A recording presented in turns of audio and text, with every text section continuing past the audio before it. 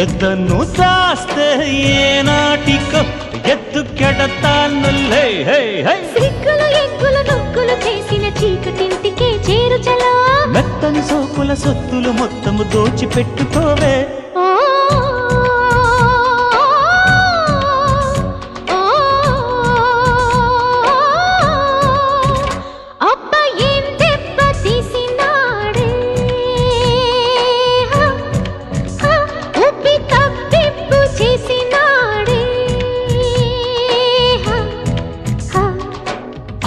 దెబ్బ ఇక్కడ కెక్కి తిక్కలు పుడుతుంటే దప్పిక కానీ దాహం పుట్టి ముద్దులు పెడుతుంటే ఓ